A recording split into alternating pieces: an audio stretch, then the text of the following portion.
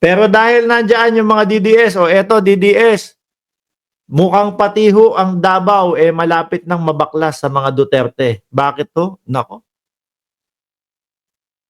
Nakikita nila ang galing ng presidente Nakikita nila ang galing ni Pangulong Bongbong Marcos Oh. Papakita lang ng dedikasyon. Ikinatuwa ng mga opisyal ng mga lokal na pamahalaan sa Davao Region ang pamamahagi ni Pangulong Ferdinand R. Marcos Jr. ng titulo ng lupa sa mga benepisyaryo sa rehiyon. Anila, nagpapakita lang ng dedikasyon. Davao, mga bossing, ha? Kung namumuliti ka, ang presidente, iiwanan niyang Davao. Hindi bibigyan ng madaming mga madaming mga proyekto yan. Kung namumuliti ka, mga bossing. Sabi ni Kim Cerezo, Carlo Nograles for Davao City Mayor. Malamang po yan ang susunod, mga bossing. Kasi yung mga taga Davao, nakikita ho nila, yung sinasabi, pinapakalat ng mga Duterte, number 1 ang Davao sa pinaka-safe sa Southeast Asia. Tapos malaman-laman mo na meron pala silang mga dinudoktor na mga logbook. Dalawa yung logbook, isa yung nasa labas, isa yung napakadaming reklamo. Pangalawa yung nando sa loob. Pagpasok ng logbook na nasa labas, isasalin. Pipiliin siguro, no? Yung dalawang pinaka mahinang reklamo, kagaya ng eto, natalo sa Tong Its, nagwala. Yung mga ganun lang. Dalawa lang, hindi isasama yung dito may inis na siyan, dito may nahuli, bumabatak. Speaking of bumabatak, ang dami nahuhuli dyan sa Davao, ha? Yan ba yung sinasabi niyong safe? Nalalaman ng mga taga Davao na ganun pala yung style, no?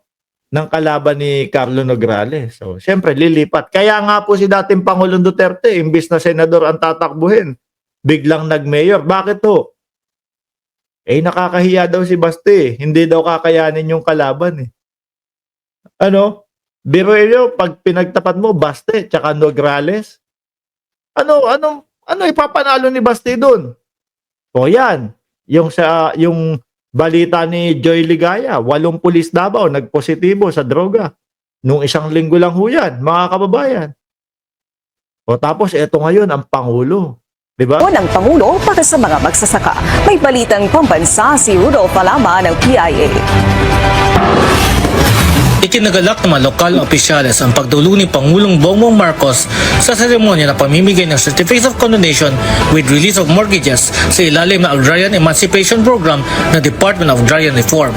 Mahigit nagpamigay ng mga titulo. Paano yan, mga boss? kumulang 6,000 Agrarian Reform Beneficiaries o ARBs galing sa 3 probinsya ang dumalo sa kaganapan na ginanap sa Panabo Multipurpose Gymnasium ng Panabo City, Davao del Norte. At andito na po si Mary Grace Piatos. Ayan na po, sagot ni BP Sara, pinupolitika lang siya. Yan din ang sagot ng mga DDS. Paano? Yan lang talaga ang alam nila. No? Kaya kapag meron tayong mga talakayan na tungkol sa confidential funds, ayun, biglang ipapasok yung bumabaha na. Nasaan yung flood control? Ganun na. Sabi ni Tato, may pogo pa nga sa Davao Di ba? Kinilala ni Davao del Norte Governor Edwin I. Hubahib ang presensya ni Pangulong Marcos. Sandali, di ba si Hubahib? I-correct nyo ako ha, mga bossing. Di ba si Hubahib, ito yung nagkaroon ng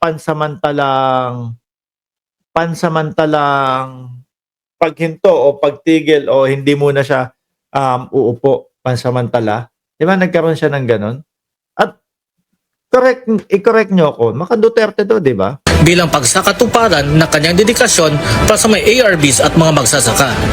This shows his unwavering commitment to agrarian reform and social. Nako, mga DDS. Sa Davao, tapos kaalyado ng mga Duterte, ayan, unti-unti na sumusuporta kay Pangulong Bongbong Marcos. Diyos ko Lord, hala, asan na yung mga DDS dito? Ba't wala nang nagtatype? Nagsawa na siguro, ang daming pagbabanta ng mga DDS, pag nahawakan yung mga cellphone, pag napindot yung kanilang mga keyboard, kala mo mga ano na eh. Kala mo yung mga palaban na eh. Pero wag ka. Pag nakaharap mo sa harapan niya, wala. Mga yuko yan. equity. His act inspire us to work harder to uplift the lives of our people. Wala, ayun. Tingnan niyo sinasabi ni Edwin Hubahib, na dating kaalyado ni dating Pangulong Duterte.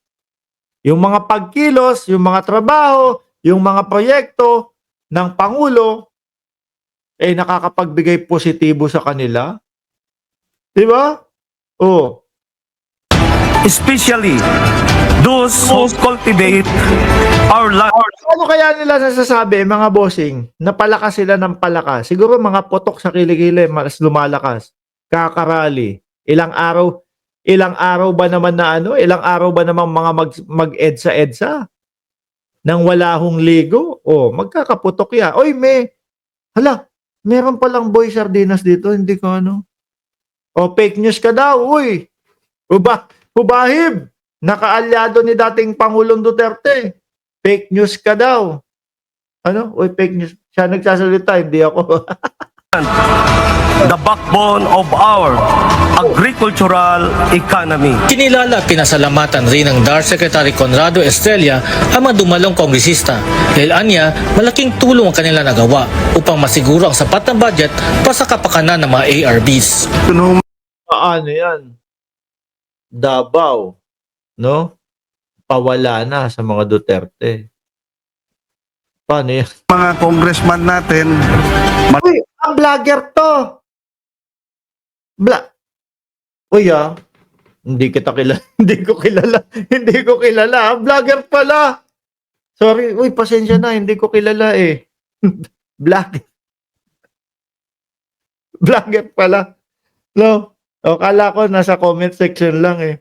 Kasi kapag ka vlogger, at least kahit pa paano kilala. Hindi ko kilala. Sorry. Siguro ako lang yung hindi nakakakilala sa kanya. laki po ang utang ng loob natin sa kanila. Sapagkat taon-taon, yung pong budget ng mga agrarian reform beneficiaries, Sabi ni Cesar Maltizo, Sir Mark, ayaw ng mga DDS ng mga ganyang balita. Kaya nagsisialisan. Masakit sa tenga nila. Di ba? Sabi ni Rugs, uy, ikaw rin, hindi ka naman kilala. Hindi ko naman hindi ko naman sinabing kilala ko, pero nandito ka sa live ko. Di ba? Siguro ngayon kilala mo na ako, imposibleng hindi. Nandito ka sa live ko eh. tinutulungan po nila. Kaya palakpakan natin ang ating mga congressman. Higit na Tignan nyo, palakpakan yung mga congressman din. ikinatuwa ng mga ARBs ang presensya ng Pangulo. Dahil nila ay walang ibang presidente ang nagsalba sa kanila mula sa pagkakautang sa lupa. Mula sa PIA Davao Region, Rudolph Ian Alama para sa Balitang Pambansa. Kalauna mga kababayan, pati Davao, mawawala na din po sa mga Duterte, mga bossing. Sa mga ganyan po, mga kababayan, na ginagawa, biruin nyo, puros panay po sila pamumulitika, mga bossing. Ang Pangulo po, tuloy-tuloy lang po sa pagtatrabaho, mga kababayan. Kalaunan pati yung Davao, mawawala na din sa kanila, mga bossing. Paano?